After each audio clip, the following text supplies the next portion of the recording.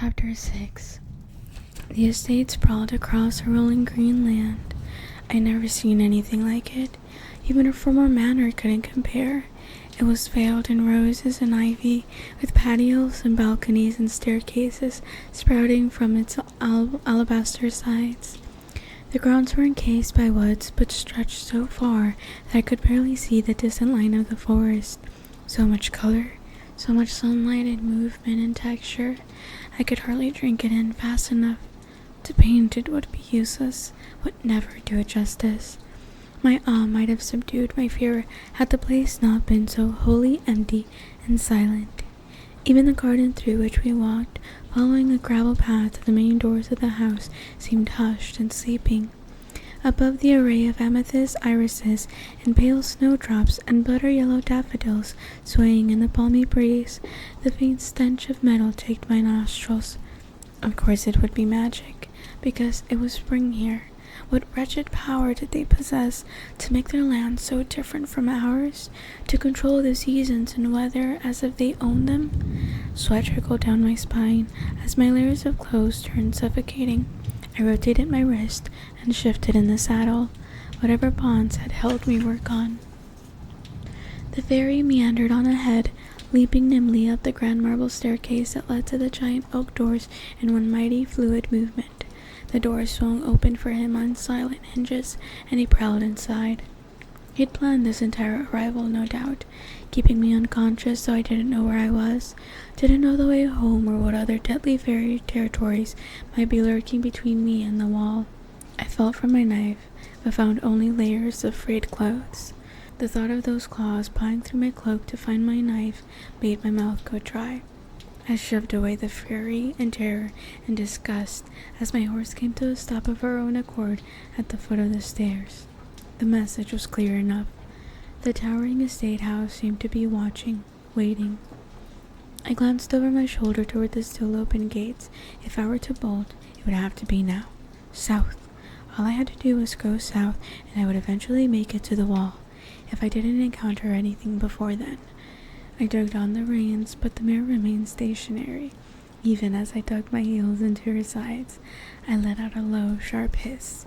Fine, on foot. That's so funny. You really think you could just steal for a horse like that? I mean, that's smart. My knees buckled as I hit the ground, bits of light flashing in my vision. I grasped the saddle and winced. The soreness and hunger racked my senses. Now, I had to go now. I made to move, but the world was still spinning and flashing. Only a fool would run with no food, no strength. I wouldn't get half a mile like this. I wouldn't get half a mile before he caught me and tore me to ribbons, as he'd promised. I took a long, shuddering breath. Food. Getting food, then running at the next opportune moment. It sounded like a solid plan. When I was steady enough to walk, I left the horse at the bottom of the stairs, taking the steps one at a time. My breath tight in my chest, I passed through the open doors and into the shadows of the house.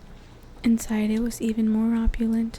Black and white checkered marbles shone at my feet, flowing to countless doors and a sweeping staircase.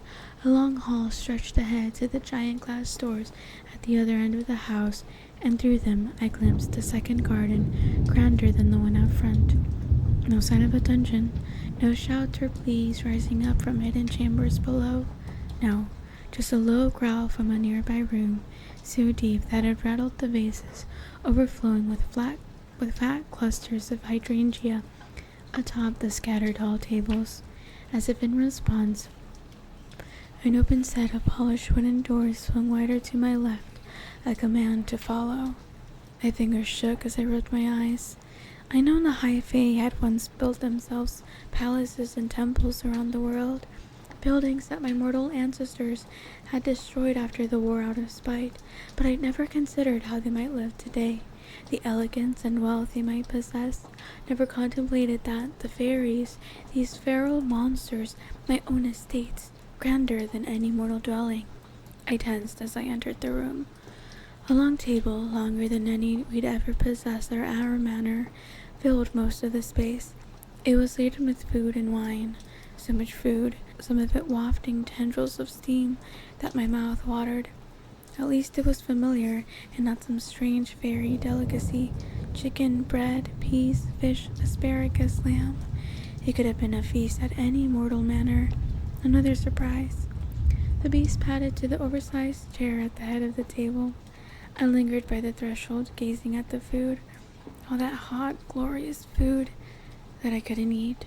That was the first rule we were taught as children, usually in songs or chants. If misfortune forced you to keep company with a fairy, you never drank their wine, never ate their food, ever. Unless you wanted to wind up enslaved to them in mind and soul, unless you wanted to wind up dragged up back to Printhean. Well, the second part had already happened, but I might stand a chance at avoiding the first. The beast plopped into the chair, the wood groaning, and, in a flash of white light, turned into a golden-haired man. I stifled a cry and pushed myself against the paneled wall beside the door, feeling for the molding of the threshold, trying to gauge the distance between me and escape. This beast was not a man, not unless a fairy. He was one of the high fae, one of the ruling nobility, beautiful, lethal, and merciless. He was young, or at least what I could see of his face seemed young. His nose, cheeks, and brows were covered by an exquisite golden mask embedded with emeralds, shaped like whorls of leaves. Some absurd high fae fashion, no doubt. It left only his eyes, looking the same as they had in his beast form, strong jaw and mouth for me to see, and the latter tightened into a thin line. "You should eat something," he said. Unlike the elegance of his mask, the dark green tunic he wore was rather plain, accented only with a leather baldric across his broad chest. It was more for fighting than style, even though he bore no weapons I could detect. Not just one of the high fae, but a warrior too. I didn't want to consider what might require him to wear a warrior's attire, and tried not to look too hard at the leather of the baldric gleaming in the sunlight streaming in through the bank of windows behind him. I hadn't seen a cloudless sky like that in months. He filled a glass of wine from an exquisitely cut crystal decanter and drank deeply, as if he needed it. I inched toward the door, my heart beating so fast I thought I'd vomit. The cool metal of the door's hinges bit into my fingers. If I moved fast, I could be out of the house and sprinting for the gate within seconds. He was undoubtedly faster, but checking some of those pretty pieces of hallway furniture in his path might slow him down. Those fey ears, with their delicate pointed arches, would pick up any whisper of movement from me. "Who are you?" I managed to say. His light golden hair was so similar to the color of his beast's form's pelt. Those giant claws undoubtedly still lurked just below the surface of his skin. "Sit," he said gruffly, waving a broad hand to encompass the table. "Eat." I ran through the chant in my head again and again. Not worth it. Easing my ravenous hunger was definitely not worth the risk of being enslaved to him in mind and soul. He let out a low growl. "Unless you'd rather faint." "It's not safe for humans," I managed to say, offense be damned. He had to laugh, more feral than anything. "The food is fine for you to eat, human." The strange green eyes pinned me to the spot, as if he could detect every muscle in my body that was priming to bolt. "Leave if you want," he added with a flash of teeth. "I'm not your jailer. The gates are open. You can live anywhere in Printhean, and no doubt be eaten or tormented by a wretched fairy. But while every inch of this place was civilized and clean and beautiful, I had to get out, had to get back. That promise to my mother, cold and vain as she was all I had. I made no move toward the food. "Fine," he said, the words laced with a growl, and began serving himself. I didn't have to face the consequences of refusing him another time, as someone strode past me, heading right for the head of the table. "Well," the stranger said, another high fae, red-haired and finely dressed in a tunic of muted silver. He too wore a mask. He sketched a bow to the seated male and then crossed his arms. Somehow, he hadn't spotted me where I was still pressed against the wall. "Well, what?" My captor cocked his head, the movement more animal than human. "It's understood, then." A nod from my captor, savior, whatever he was. "I'm sorry," he said quietly. "How?" the stranger demanded, his knuckles white as he gripped his muscled arms. "An ash arrow," said the other. His red-haired companion hissed. "The treaty summons led me to the mortal. I gave her a safe haven. A mortal girl, actually killed Andress." Not a question so much as a venom-coated string of words. He glanced at the end of the table, where my empty chair stood, and the summons found the girl responsible. The golden masked one gave a low, bitter laugh and pointed at me. The treaty's magic brought me right to her doorstep. The stranger whirled with fluid grace. His mask was bronze and fashioned after a fox's features, concealing all but the lower half of his face, along with most of what looked like a wicked slashing scar from his brow down to his jaw.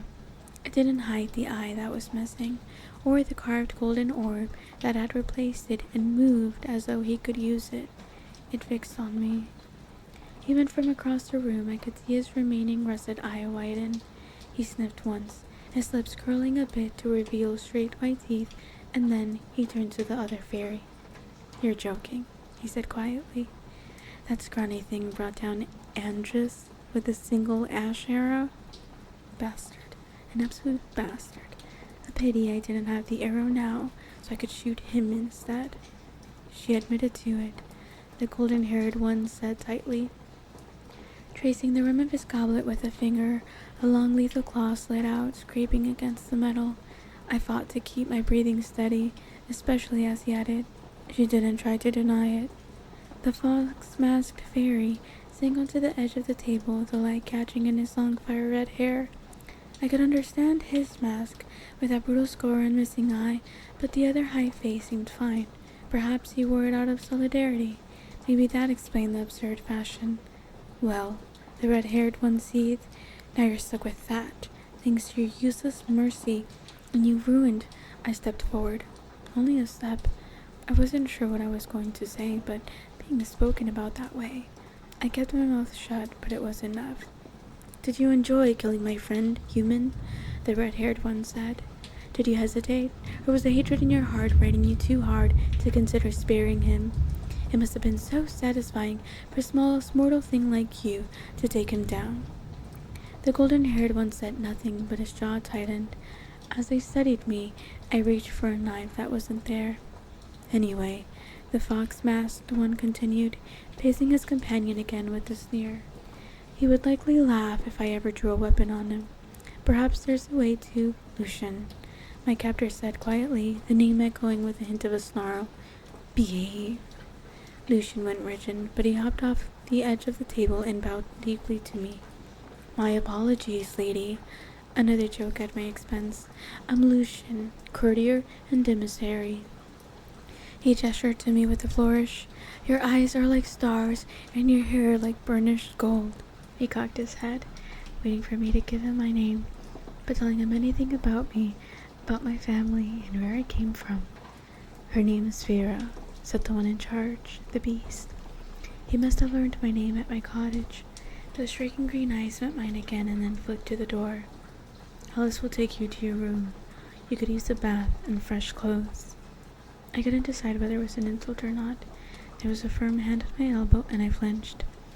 A rotund, brown-haired woman in a simple brass bird mask tugged on my arm and inclined her head toward the open door behind us. Her white apron was crisp above her homespun brown dress. A servant. The masks had to be some sort of trend then. If they cared so much about their clothes, about what even their servants wore, maybe they were shallow and vain enough for me to deceive. Despite their masters' warrior clothes, still, they were high fae. I would have to be clever and quiet and bide my time until I could escape, so I let Alice lead me away. Room, not cell. A small relief then. I'd barely made it a few steps before Lucian growled, "That's the hand the cauldron thought to deal us? She brought Andress down? We never should have sent him out there. None of them should have been out there. It was a fool's mission." His growl was more bitter than threatening. Could he shapeshift as well? "Maybe we should just take a stand. Maybe it's time to say enough. Dump the girl somewhere. Kill her, I don't care. She's nothing but a burden here. She'd sooner put a knife in your back than talk to you or any of us." I kept my breathing calm, my spine locking, and no, the other bit out. Not until we know for certain that there is no other way we will make a move, and as for the girl, she stays, unharmed. End of discussion. Her life in that hovel was hell enough. My cheeks heated, even while I loosed a tight breath, and I avoided looking at Alice as I felt her eyes slide to me. A hovel. I suppose that's what our cottage was when compared to this place. And you've got your work cut out for you, old son, Lucia said.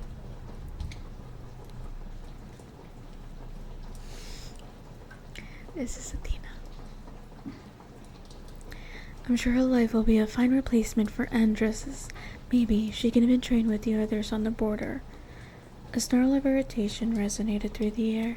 The shining, spotless hall swallowed me up before I could hear more. Alice led me through the halls of gold and silver until we came to a lavish bedroom on the second floor.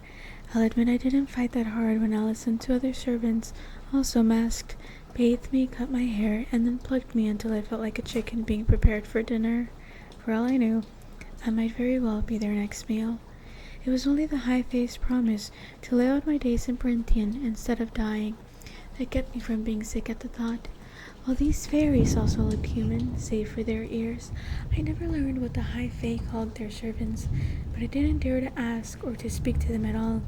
Not when just having their hands on me, having them so close, was enough to make me focus solely on not trembling. Still, I took one look at the velvet turquoise dress Alice had placed on the bed and wrapped my white dressing gown tightly around me, sinking into a chair and pleading for my old clothes to be returned. Alice refused, and when I begged again, trying my best to sound pathetic and sad and pitiful, she stormed out. I hadn't worn a dress in years. I wasn't about to start, not when escape was my main priority. I wouldn't be able to move freely in a gown. Bundled in my robe, I sat for minute after minute, the chattering of small birds in the garden beyond the windows the only sounds. No screaming, no clashing weapons, no hint of any slaughter or torture. The bedroom was larger than our entire cottage. Its walls were pale green, delicately sketched with patterns of gold, and the moldings were golden as well.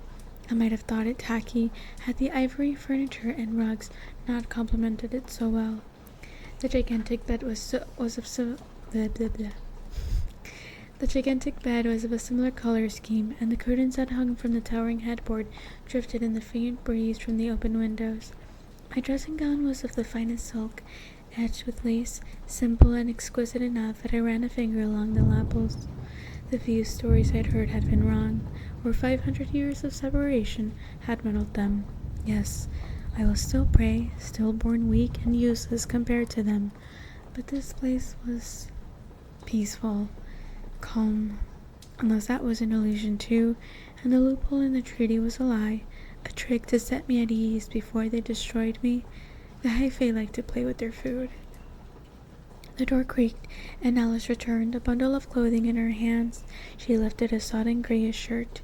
"You want to wear this?" I gaped. I gaped at the holes in the sides and sleeves. It fell apart the moment the laundress put in water. She held up a few scraps of brown. "Here's what's left of your pants." I clamped down on the curves building in my chest. She might be a servant, but she could easily kill me too. "Will you wear the dress now?" she demanded. I knew I should get up, should agree, but I slumped further into my seat. Alice stared me down for a moment before leaving again. She returned the trousers and a tunic that fit me well, both of them rich with color. A bit fancy, but I didn't complain when I donned the white shirt or when I buttoned the dark blue tunic and ran my hands over the scratchy golden thread embroidered on the lapels. It had to cost a fortune in itself, and it tugged at that useless part of my mind that admired lovely and strange and colorful things. I was too young to remember much before my father's downfall. He tolerated me enough to allow me to loiter about his offices, and sometimes even explain various goods and their worth, the details of which I'd long since forgotten. My time in his offices, full of the scents of exotic spices and the music of foreign tongues, made up the majority of my few happy memories. I didn't need to know the worth of everything in this room to understand that the emerald curtains alone, silk with gold velvet, could have fed us for a lifetime. A A chill scuttled down my spine. It had been days since I'd left. The venison would be running low already. Alice herded me into a low-backed chair before the darkened fireplace, and I didn't fight back as she ran a comb through my hair and began braiding it. "You're hardly more than skin and bones," she said, her fingers luxurious against my scalp. "Winter does that to poor mortals," I said, fighting to keep the sharpness from my tongue. She had to laugh. "If you're wise, you'll keep your mouth shut and your ears open. It'll do you more good here than a loose tongue. And keep your wits about you. Even your senses will try to betray you here." I tried not to cringe at the warning. Alice went on. "Some folk are bound to be upset about Andrus. Yet, if you ask me, Andrus was a good sentinel, but he knew what he would face when he crossed the wall, knew he'd likely find trouble, and the others understand the terms of the treaty too, even if they might resent your presence here, thanks to the mercy of our master. So keep your head down, and none of them will bother you. The Lucian, he could do with someone snapping at him, if you've the courage for it." I didn't, and when I went to ask more about whom I should try to avoid, she had already finished with my hair and opened the door to the hall. There we go. That's chapter. What is it? 6. Yes.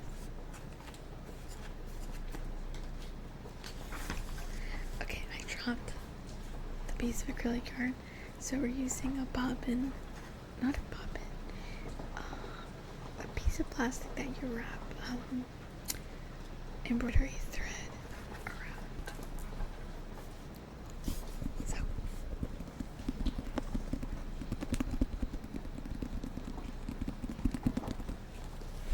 So nice to see you. I hope you have a lovely night or a rest of your day, and I hope to see you soon. I need to record more